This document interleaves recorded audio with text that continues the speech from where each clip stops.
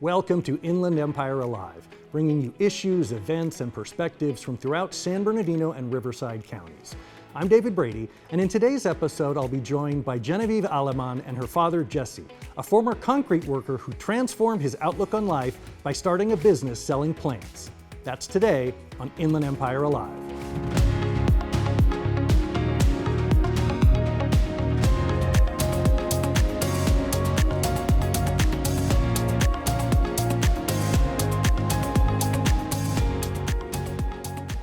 Well, we are seeing green in the studio today thanks to the Aleman family. I want to welcome Jesse, his daughter Genevieve of Sucks to Be You, and we will explain that name in just a minute. Jesse, I want to hear about this incredible transformation that you underwent. Your life changed so dramatically in the past couple of years. Tell me about it. It really has. It just went like a little roller coaster in my little life. I went from doing concrete construction for over 25 years. The job was very hard for me. I started it in my family since my dad, and never really knew much. Always gray in my life. And this 25 is work that's years. Like outdoors. It's yeah, you hot. know what? I did. It's cold. We did skyscrapers out in La Jolla. I was doing military bases, and I was away from home over like 12 hours. Very physical. And my family was the one that was really affected. My daughter was I was never able to really play with her. I always come home really late or always just tired. And it just, like I said, it just kept me away from my family. Always in a bad mood. Always just tired. My feet were always hurting. And I think that's one of the best things was that I got into succulents. Succulents was something that I could relate to. One thing was the colors. Like I said, it went from being gray, my whole world being gray, and seeing all these colors, these yellows. What happens is in the summer, they actually turn red. And it reminded me of myself, how I would turn red in the summer and be so hot. And then they hold water. So it was a thing where I would come home after work and actually work on little arrangements. Just because I was just so mad, man. Sometimes it'd be days where I'd be like acting like I'm talking to the boss or something. But it was an outlet that I needed for myself. And then it was where I was preparing myself so I can go and talk to my family. So what was he like in these years? I mean, at that time too, I was a teenager, so I feel like I kind of got the worst of it. He would just come home tired, and I knew that it was nothing personal. It was just the jobs and the circumstances he was given, you know? And so I didn't get to see the side of him that I knew was in there. And so with that, like the pandemic had hit, and that's when the timing of everything kind of got put on pause. I saw it as an opportunity kind of to just start using social media to kind of push what he already had going, just to see, like, why not? He's your dad. Yeah. He's a different generation. Yeah, exactly. Was it tough to push him into that? No, you know what? For the first month, I planned on just doing it secretly. So I would film him, like, doing his little succulent arrangement, or he would be bringing plants home. And my goal was to hand him an account that had at least 1,000 followers, so that he would have people to talk about his interests too. So when I had put it on, specifically TikTok, it went from, like, I think I had 0 to like over 10,000 within the month, and I handed it to him where it already had a good platform of 10,000. And I was bringing in plants, guys. I was my job sites. I started because I was learning about plants. I was noticing that these job sites were throwing away plants. We were renovating stuff, and one thing was it was ugly plants. But you know, with patience, that's what it teaches. Plants teach you patience. You should see how beautiful they are now. So you turned what could have been like a midlife crisis into a whole new outlook on life. I mean, you stopped doing the kind of work you were doing, and you devoted yourself to selling plants. Yeah, it was really just the encouragement of not only his family, but I guess just strangers online that turned into like people locally coming, and people from Moreno Valley to Riverside to Corona, just people like near our city seeing it. And I think that because we were so close to them, that it just made them want to support us more, because it's like, oh, this person's not across the world, they're just around the corner, and I can go drive and take my family to see them. One of my most important was one of my coworkers. When I influenced my coworker to get into plants. Not everybody are into plants. It's a very special people. Well, people think it's not for me. They're gonna die. I don't know what I'm doing. You know, it's scary. And I was the same way. But what happened when my mom too got sick, I didn't know how to take care of my mom. We as men, we don't know how to take care of something. And when I started learning about plants, you're caring for them, you're seeing them grow, and it really just brought out something in me. I started taking those hours of work and started learning. Looking up stuff like different breeds of plants. We in Southern California, we're at 9B zones, really hot. I bought a home in Moreno Valley and started concentrating on trying to, the whole thing is people want to go on vacation, but if you create like a little oasis at your home, it's almost like you're going back, to a little oasis. But you don't want to leave. Yeah. If you make it someplace that's, Yeah, and my heart started softening when I saw the coworker kind of understand what I was seeing.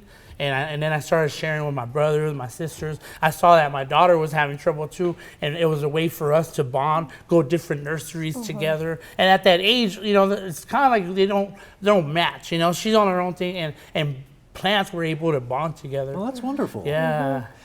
What was the reaction you heard from your former coworkers? Did they think you were crazy?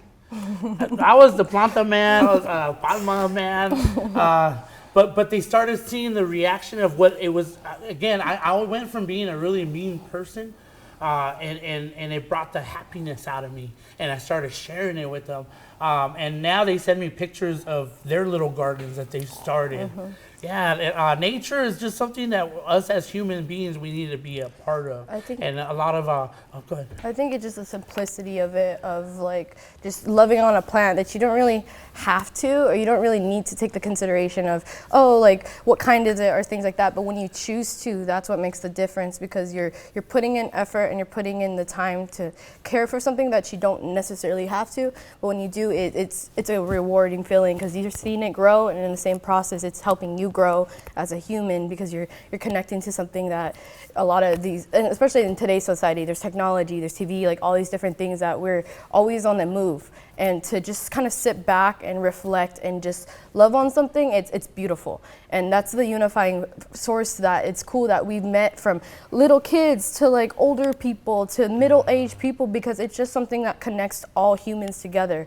And it's a bigger picture. It's not just plants, And I think that's what made not only social media really like kind of go for what he was doing, but just brings all different kinds of people together. And well, have you gotten the kind of reactions of, you're living the dream? Like, that people are like, wow, I wish I had the nerve to do what you did, to just chuck it all and like pursue my passion. Yeah, it was scary at first, but I really enjoyed it. And I think that's what the whole thing is they've always told you that if you find something that you like, it's not really work. So I kept making these succulent arrangements, and they kept just changing different themes, different styles, and it was something inside me that I didn't know about art. Like it became like an art. It's a landscape design. We're doing plant styling now, but I became. I got myself into the Riverside Art Museum. So I started making these, the vertical frames. I have my little exhibit. We do plant parties and well, tell me where people can find the cart. I know the cart is sort of something that people identify very closely with you. Yeah. So our home is out of Moreno Valley. So a lot of stuff we do out of Moreno Valley, but we're always at different pop-up events and work with different vendors so we can have the cart there. We've had a chance to be at the mall for Vixen Beard as a sponsor for us, and we set up there. Hasco Air Conditioning has been helping me. Little different people from all over that are encouraging us and supporting us and letting us set up our cart until we, the whole dream is to have a storefront and to be able to, I teach workshop classes now. We're just getting into succulent arrangements, kind of like the paint and sip. Yeah, we do succulent workshops. So the dream is to have a. Are the two of you surprised by the response? How strong and how quickly? Yes, but then no, because I believe in God, so I feel like He really does kind of like guide me into that, what to do. And for the longest time, I felt scared to get on the camera and talk and show what we're doing. But when we did, it was like it just grew, because when you're doing the right thing. I think that's the hardest thing, is putting yourself out there. But I mean, you don't know until you try. So I'm glad we tried. And I feel like my job was my comfort zone. Like I would go to work and not talk to nobody. Like I didn't have to deal with anybody really, just my concrete. It was the timing. And when now dealing with plants, I always have to learn how to talk, how to be able to Yeah, how to handle teach. I people. mean, that's yeah, quite a and with skill. succulent, that's the first thing we do is we try to teach kids is because you do learn different types of plants. You also learn how to take care of your mom, how to take care of your dad, how to take your uncle differently, like, and then you learn about dying and growing, and so it feels like big benefits that people need to learn about. Like plants. you said, like plants are sometimes intimidating because they might die on you and things like that. But I tell people, like, take that as a learning experience. Not everything's gonna work for you, and that's okay. You then go to the next one, or you just keep trying because it happens. Things happen, and that's the way that you just kind of got to roll with it, you know. So it's not, like I said, it's not just plants. You're learning these life lessons to help you be better at life or get through life easier. And then you know, some of the lessons that we already went through, we're already advising to the people that already are coming to us, so they get to start at a different level. Before I let you go, I want to make sure that we let people know the website. It is Sucks to Be You, and we will put the address up on the screen. But please, I got to hear this. I got to let you tell the story behind Sucks this. to Be this You phrase. comes from I always had that hard job that people would literally yell at me like, "Sucks to be you." I'd be digging, I'd be pouring concrete. Oh, let me write my name on it. Oh, it sucks to be you, and it'd be hot. You know, so all my life I'd always heard that. It was so funny that I was able to.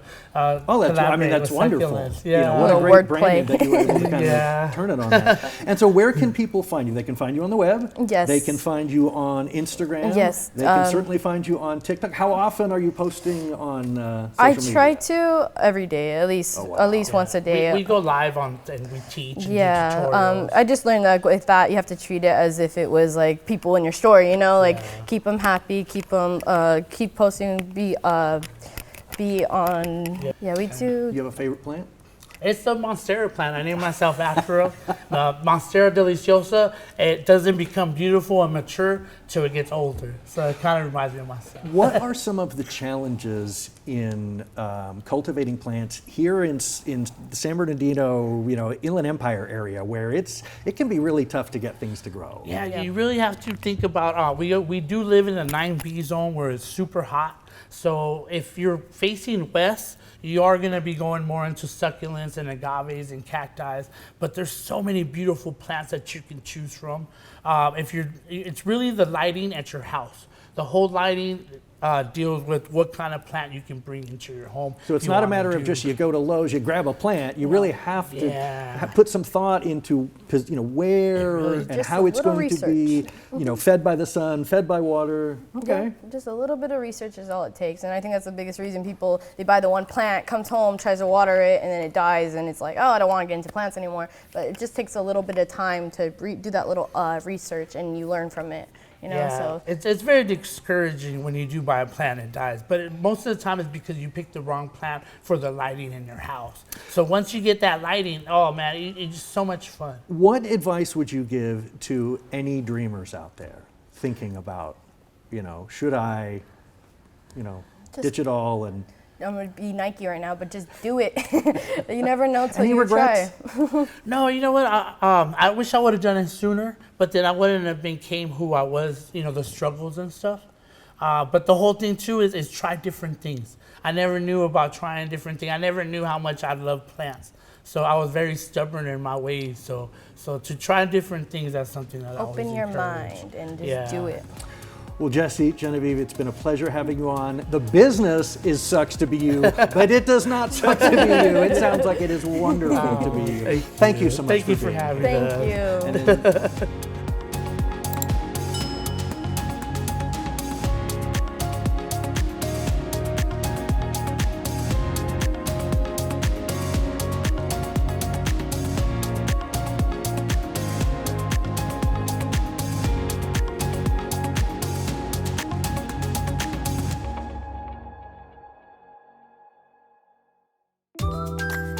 If you'd like to be a guest on Inland Empire Alive, email us at guest@iealive.com.